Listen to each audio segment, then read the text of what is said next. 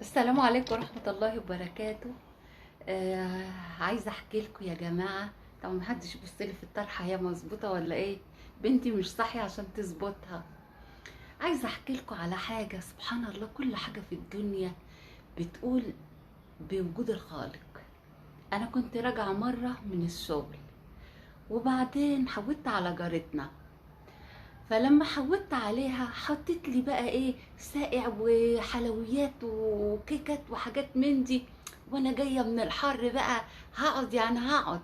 المهم ايه، شيء الي كده قال لي ايه، قال لي لا اطلعي، اطلعي فوق على البيت.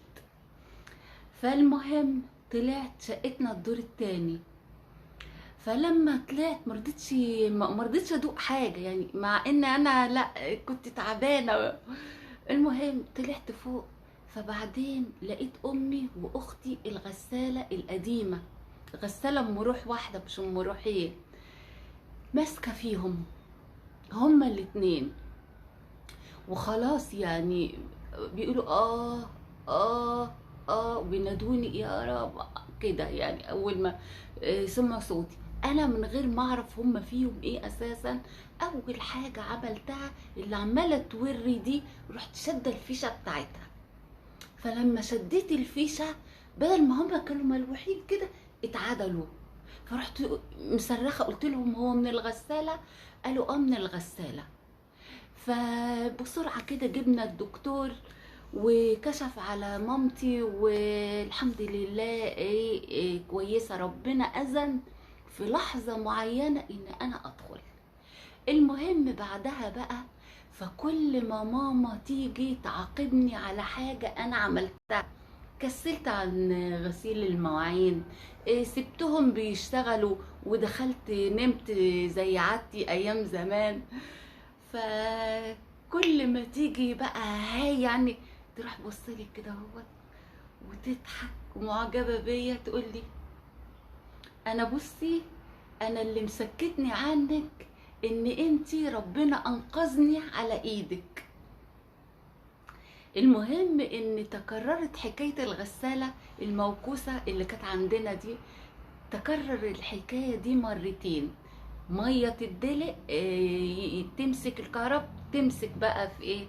فسبحان الله فضلت طول عمرها وهي تبص لي اللي هي ايه، ان انا يعني ليا يعني ايد في، ربنا سخرني لها.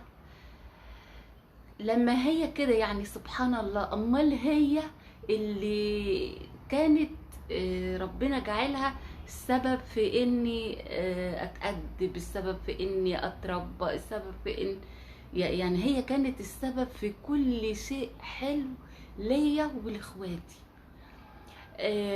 طبعا والدي توفى وهي صغيرة، فهي لا صممت تعلمنا و...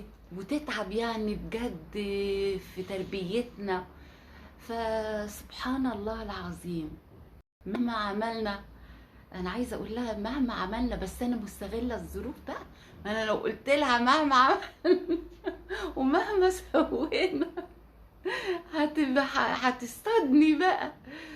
فسبحان الله، لان العمر ما كانش جه، ميعاد العمر بالنسبه لماما ما كانش جه.